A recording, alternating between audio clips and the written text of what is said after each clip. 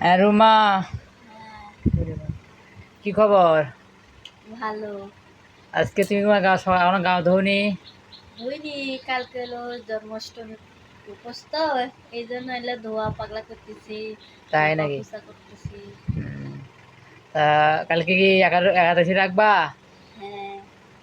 হুম, তাই নাকি? একাদশী থাকতে পারবা? হ্যাঁ হ্যাঁ, পারবো। সত্যি একাদশী থাকতে পারবা? হ্যাঁ। তো একাদশী পালন কিটা করবা? ফল ফুল লাগবে?